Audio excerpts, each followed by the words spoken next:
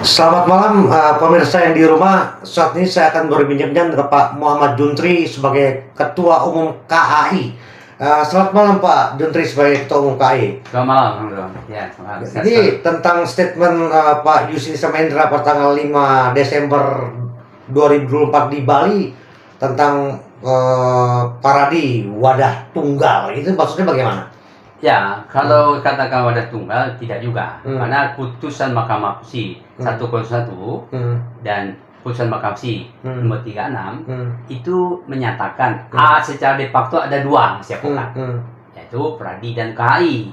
Jadi kalau dikatakan Pradi wadah tunggal itu nggak benar, ya kan? Satu, yang kedua, pendirian Pradi pun secara legal formal itu cacat hukum, tidak melaksanakan Munas para Pokat oleh para tokohnya. 8 organisasi itu berkumpul di puncak, kembali Jakarta, mestinya melaksanakan Munas. Itu sesuai dengan pasal 28 ayat 1 Undang-Undang Pokat. Nyatanya dia tidak melakukan itu, tapi Kongkoko sebagai presiden perdata menyatakan Pradi berdiri, kan itu tahun 2004 itu.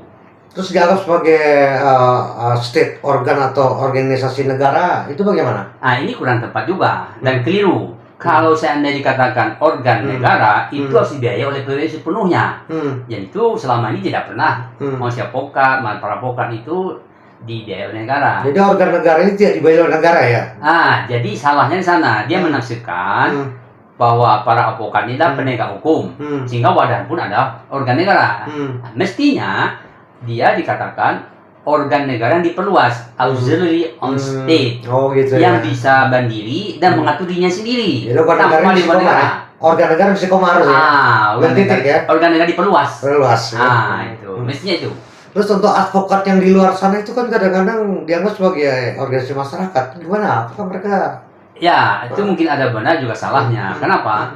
Undang-Undang Pokat mengatakan pasal 1 ayat 4, pendirian usaha Pokat itu harus berdasarkan undang-undang ini dan diberi batas waktu 2 tahun setelah berdirinya didirikannya Undang Pokat 2003. Berarti batas pendirian adalah 2005. Nah, setelah itu tidak boleh lagi dikatakan usaha Pokat.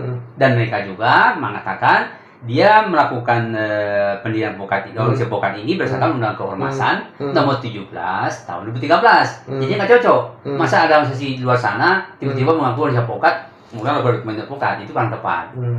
Tanggapan Pak Muhammad Juntri bagaimana tentang statement Pak Yusri Samendra ini, yang Pak Profesor ini ya, dan sampai ke MK ya, konstitusi ya.